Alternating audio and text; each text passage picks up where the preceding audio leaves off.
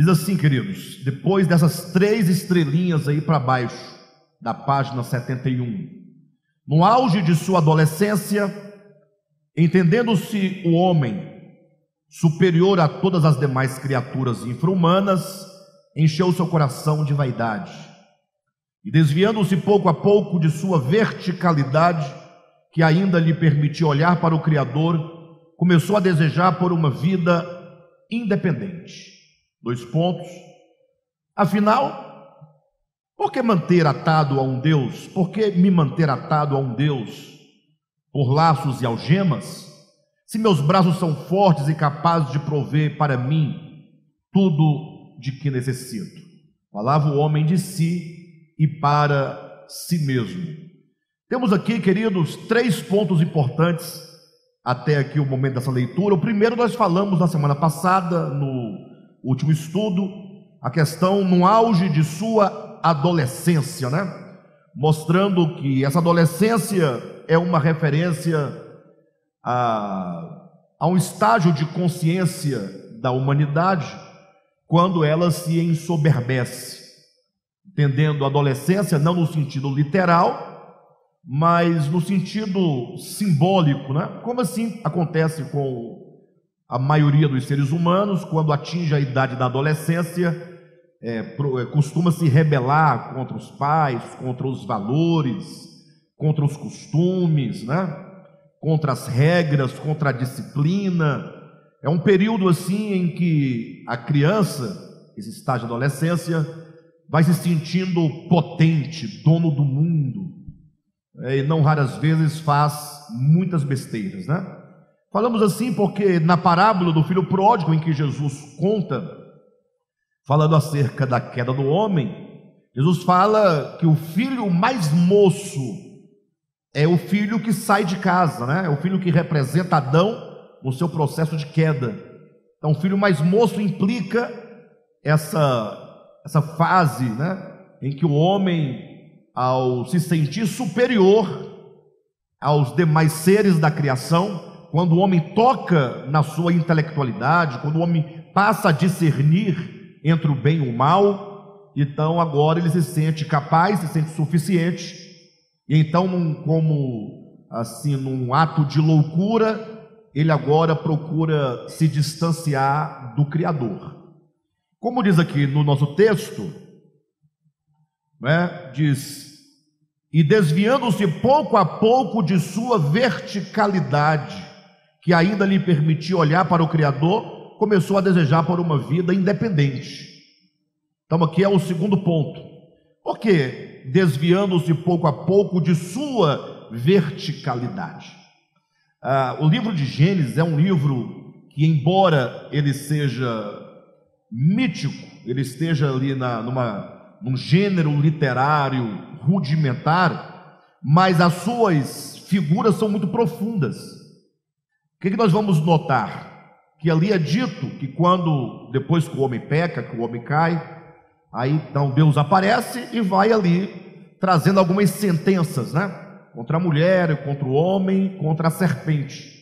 E quando então Deus se dirige à serpente, olha como interessante, o Senhor implica, ou melhor, o Senhor impõe sobre ela um castigo. Ele diz: comerás pó todos os dias da tua vida, rastejarás e comerás pó.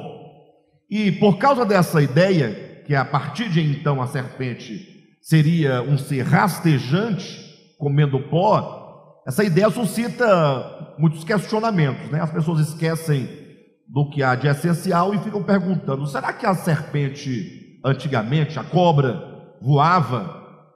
Ou será que ela tinha pés, ela andava? Né? São estranhas essas perguntas, né? Porque é uma curiosidade um pouco tola, porque as pessoas não entendem que a serpente, ali no contexto mítico de Gênesis, ela representa a inteligência humana.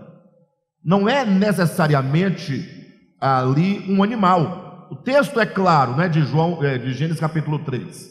Mas a serpente, de todos os animais que Deus havia criado, o mais sagaz, disse a mulher. Então, no texto literal, a ideia que dá que parece que é o animal que Deus havia criado. Mas quando nós chegamos em Apocalipse capítulo 12, nós vamos entender e encontrar ali a ideia de que a serpente é o diabo, né? A antiga serpente que é o diabo. Então já sabemos que a serpente não é um animal, ela representa o diabo. Agora, como já dissemos aqui, o que é diabo, afinal de contas? Eu já disse isso algumas vezes, a maioria das pessoas, quando ouvem eu dizer isso, não podem compreender, porque quando falam diabo, elas pensam num ser. E na verdade, diabo não é um ser, diabo é uma condição de consciência. Agora, referindo-se ao diabo enquanto o primeiro, o protótipo, o arquétipo, ou o conhecido Lúcifer, se tomarmos aqui na língua latina, né, na Vulgata, Lúcifer era um querubim da guarda. Então, dentre todas as criaturas que Deus criou, existem homens, existem anjos, existem querubins, existem serafins.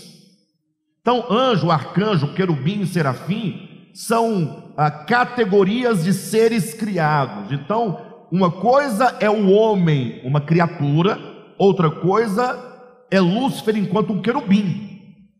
Mas ambos são criaturas, são tipos de criaturas que Deus criou. Agora, quando o querubim ele se enche no seu coração de violência contra Deus, quando ele cultiva a rebelião no seu coração, quando a sua consciência é desviada da verdade e ele se torna adversário de Deus, ou seja, quando é gerado no coração do querubim uma disposição de antagonismo contra Deus, a condição dele agora é uma condição satânica, uma condição de adversidade. Então, logo entendemos que Satanás, ou o Satã, não é uma criatura, mas é a condição de coração e consciência de qualquer criatura inteligente quando se coloca em oposição a Deus. Diabo é a mesma coisa, diabo é o opositor, é o divisor, é aquele que rompe, que divide, que separa, é acusador. Então é preciso nós entendermos que quando a Bíblia fala de diabo, ainda que se referindo ao querubim caído, a Lúcifer, não está falando de uma criatura, mas do estado de consciência daquela criatura. Assim também é o homem. E quando o homem se rebela contra Deus, ele não passa a ter uma consciência de antagonismo contra o Criador? Ele também não se torna satânico no sentido de adversário do Criador?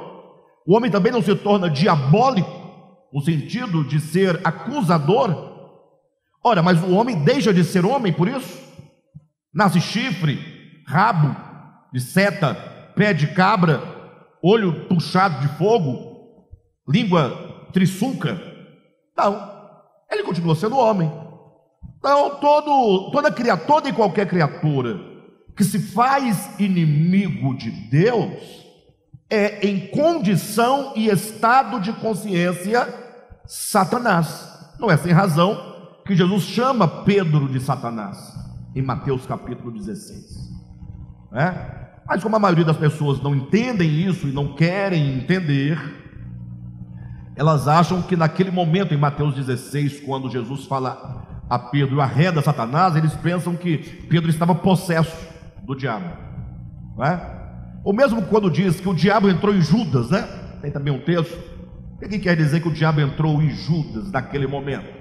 É que naquele momento a consciência de oposição de Judas em relação a Cristo se consumou. Ou seja, ele foi nutrindo e cultivando uma oposição a Cristo, até que chega no ápice e ele é tomado completamente por aquela consciência de oposição. É o momento de plenitude de rebelião, Jesus fala a Judas, não ao diabo que estava nele. Ele diz: vai e faça o que você, Judas, tem que fazer.